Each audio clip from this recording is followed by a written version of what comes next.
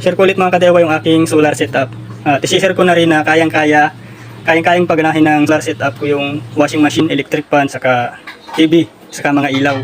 Sa kasalukuyan mga kadewa ay nagwa-washing kami ngayon. Yan yung wattage ng washing machine. Ayan, 270 watts, 276. Kapag umi-stop yung washing, pumapalo siya ng 0. Kapag umaandar ulit, pumapalo siya ng 297, 262. Yan yung wattage ng aming washing machine. Tapos ito naman yung charge controller. Kung mapapansin nyo, nasa 13.6 siya, 13.7. Kayang-kaya pa rin ng solar panel, kayang-kaya pa rin kargahan yung battery kahit na may nakaload na washing machine.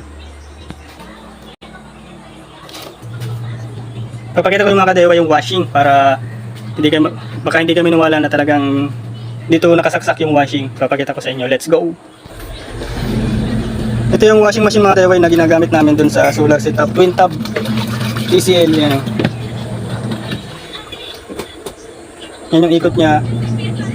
Ginagamit nga pala namin mga kadewa yung washing machine kapag start na ng mga 11 ng tanghali hanggang alauna. Kasi yun yung oras na maganda yung bigay ng init saka maganda sa solar setup. Kasi habang ginagamit natin yung washing machine, napapalitan yung charge ng battery galing sa solar panel. Napakatipid mga kadewa ng solar setup. Sa totoo lang.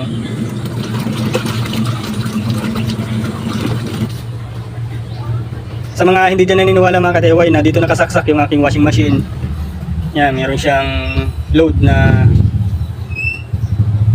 266, 270. Susubukan kong bunutin itong extension papuntang washing machine. Mapapansin niyo magsi-0 yan. Saka wala rin kayong marinig na ugong ng washing. Yan, bubunutin ko na. Yan, wala na yung ugong ng washing. Papalo na yan sa, yan, magsi-0 na yung kanyang wattage. Dito, wala na siyang nare-reading na nakasaksak doon sa solar setup. 0 na. Saka itong charge controller natin, solar charge controller. Pagkabunot ko nung washing, 14.4 pa rin yung laman ng ating battery. Nagka-boost, nagbi-blink yung taas. Kayang-kaya pa rin ng solar panel na kargahan yung ating battery, yung aking battery, kahit may nakaload na washing machine. Yan, naka 0 siya.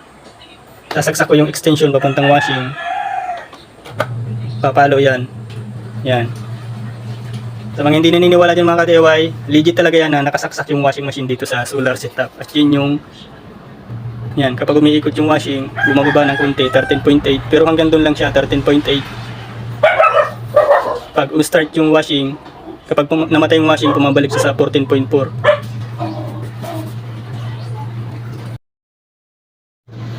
Ang gamit ko nga pala mga ka-DIY na inverter, itong 1 kilowatts na snap. Yan, 12 volts na 1 kilowatts. Ayan siya. Ayan, snap. Pinahiram lang to sa atin ng kapatid ko ni Kuya Ronald. Dahil nadating pa lang yung aking in-order na 1 kilowatts din na 12 volts na Samdon. Ayan. Nasa box pa siya, di ko pa siya nakakabit. Kaya ito na munang snap yung ginagamit ko. Pero same lang yan.